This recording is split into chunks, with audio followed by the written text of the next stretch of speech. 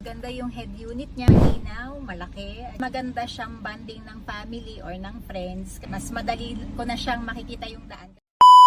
Ano po yung masasabi niyo sa bago niyong 360 camera at saka sa head unit niyo po? Maganda yung head unit niya, malinaw, malaki, at saka yung AI voice command, nag-function siya ng maayos. Mas feeling safe ako ngayon na nagkaroon ako ng 360 camera dito sa sasakyan ko, na lagi kong gamit araw-araw.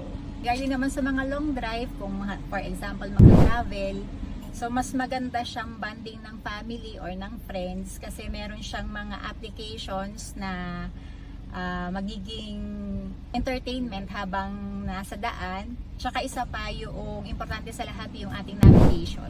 Mas madali ko na siyang makikita yung daan kasi mas malaki na yung screen. Compare dun sa cellphone na maliit lang tapos itatype mo pa kung saan mo kailangan pumunta.